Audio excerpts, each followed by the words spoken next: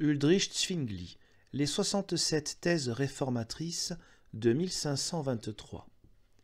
Partie de la suppression des abus. Le 64e article. On ne doit pas déconsidérer ceux qui reconnaissent leur erreur, mais les laisser mourir en paix et ensuite gérer chrétiennement leur héritage. Encore une fois, en ce temps-ci et au-delà, le royaume de Dieu n'est rien d'autre que justice, paix et joie dans l'Esprit Saint. Romains 14, 17. Christ aussi, après avoir vaincu et ressuscité des morts, a souhaité toutes les fois si ardemment la paix aux siens, qu'il est pour nous un exemple pour que nous aussi, si nous vainquons en tout lieu par la parole de Dieu, et que le Christ rejeté partout ressuscite, nous soyons en paix. Aussi, ne s'agit-il pas d'entreprendre quoi que ce soit de manière sacrilège ou de notre propre pouvoir. Car ceux qui font cela ne sont pas des chrétiens, mais des ennemis sacrilèges de l'enseignement de Christ. Car aucun acte sacrilège n'a lieu sans susciter révolte et répression. Celui donc qui entreprend quelque chose par sacrilège ou de son propre pouvoir se permet de susciter la révolte et la sédition. Il supprime partout l'enseignement de Christ. Car si l'on voit qu'une telle révolte devrait en résulter, qu'on s'en préserve comme d'un poison. Je sais bien que Christ dit en Luc 12, 51 « Je ne suis pas venu pour apporter la paix sur la terre, mais la division ». Je sais toutefois qu'il a aussi dit en Jean 16, 33 « Je vous ai dit ces choses pour que vous ayez la paix en moi ». La discorde que Christ provoque n'est pas due au bien séculier, mais elle n'est rien d'autre qu'un mauvais coup par lequel certains amis ne veulent pas nous laisser adhérer à Christ. Christ ne dérobe pas, ne guerroie pas, ne frappe pas à mort, mais il préfère supporter toutes ces choses, car il ne prête la main à aucune d'elles. Tu dis, c'est pourtant ce que font les spirituels. Réponse, ce ne sont pas des humains spirituels, mais charnels et même diaboliques. Si tu fais ce qu'ils font, tu leur ressembles. C'est pourquoi tout gouvernement doit veiller sérieusement à ce que les abus soient paisiblement supprimés. Car si l'on voit que la majeure partie des ecclésiastiques est inutile et qu'on ne peut pas la restreindre par des mesures pacifiques, l'impatience des gens en général devient finalement si grande qu'elle explose. Aucun souverain n'est assez fort pour s'imaginer qu'il puisse y faire face. Si l'on examine la chose sous tous les angles, la possibilité que quelqu'un ait raison de tout un royaume est plus grande que celle de protéger les ventres inutiles. Car qu'est-ce qu'un royaume, sinon le rassemblement de tous ceux qui y habitent? Si donc ces derniers sont d'un autre avis que les protecteurs des papistes, avec quoi ces protecteurs vont-ils donc les protéger? Il n'en résulte que révolte, désobéissance et toutes sortes de maux, car personne ne peut lutter contre Dieu. Mais si l'on envisage cela sagement et paisiblement, un homme impatient est un animal féroce. C'est vrai. Mais dès que cet homme voit qu'on veut agir en se référant à Dieu et raisonnablement, il s'apprivoise.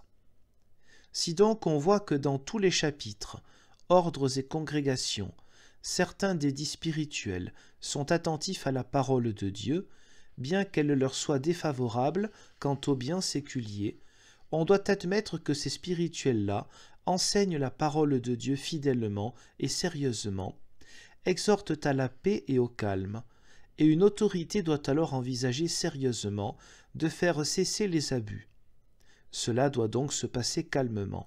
Nous en avons un exemple proprement convaincant en Actes 15, 1 à 21.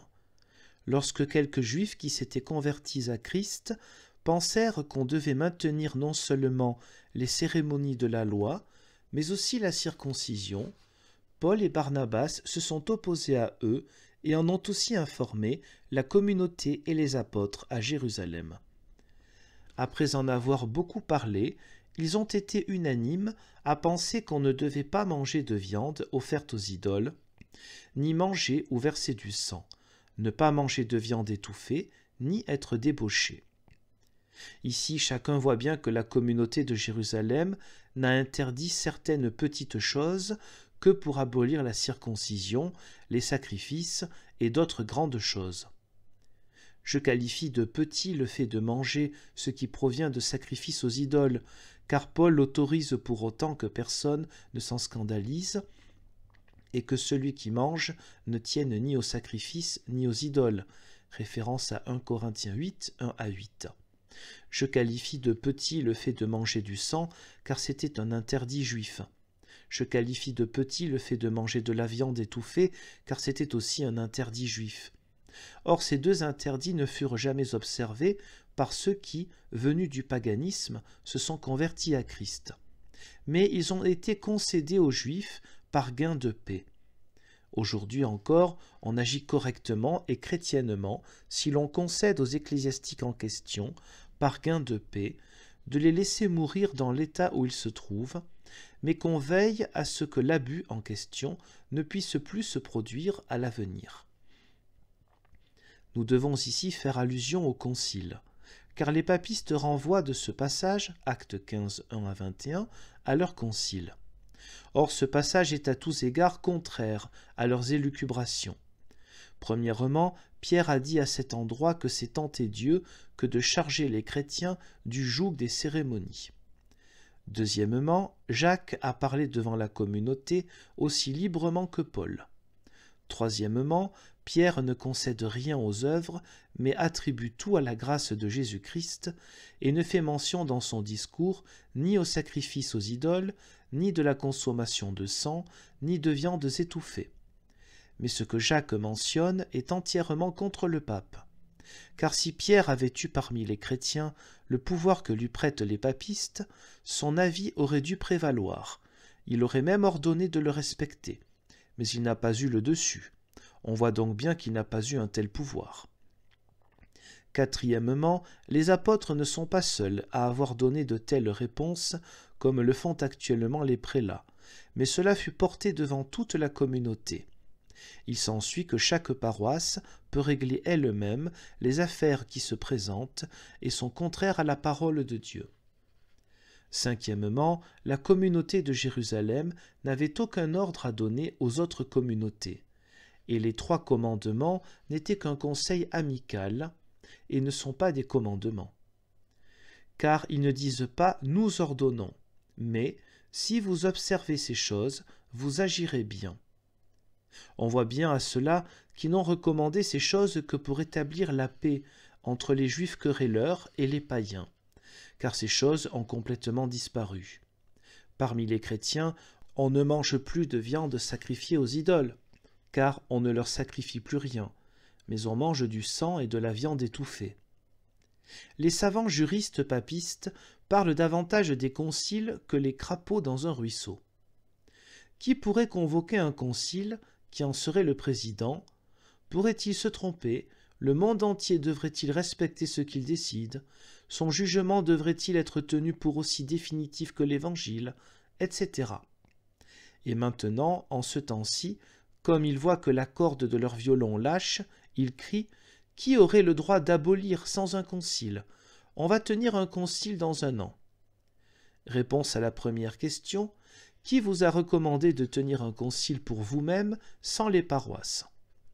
Mais si vous organisez un concile à partir de la base, des communautés jusqu'aux têtes, et ensuite n'y traitez de rien d'autre que des affaires humaines terrestres, puis devenez presque complètement unanime, nous serons heureux qu'on tienne un concile.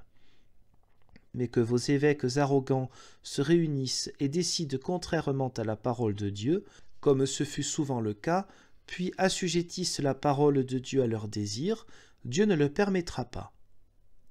Pour la deuxième question, depuis le concile de Bâle, presque tous les papistes ont tenu leur serment envers les conciles, comme Dieu le sait bien. Or, ils ne cessent de promettre des conciles et n'en rassemblent pourtant aucun. Et même s'ils les réunissaient, ces conciles, je le crains, se dérouleraient comme les précédents. C'est pourquoi, en fait de concile, l'enseignement limpide de Christ, qui à cet effet se présente aujourd'hui plus clairement que dans les 1300 dernières années, est suffisant, car même si l'on tenait des conciles et qu'on y assigne quelque chose qui soit contraire à la parole de Christ, on ne s'y tiendrait pas. Mais ils disent à cet égard, qui va décider quelles tensions sont d'actualité? Réponse, la parole de Dieu et aucun autre juge. Ceux qui tiennent à l'enseignement de Christ ne permettent pas qu'elle soit un sacrifice. Les papistes disent alors, en l'occurrence, quelqu'un doit décider. Réponse oui, en l'occurrence, seule la parole de Dieu doit décider. Tu peux tenir la messe pour un sacrifice, tu dois le prouver par la parole de Dieu. Regarde donc comment tu te tiens, comme un bouc devant le boucher. C'est ainsi que tu commences à crier, les pères la considéraient comme telle. Je te dis, cela ne doit venir ni des pères ni des mères, mais être fondé sur la parole de Dieu.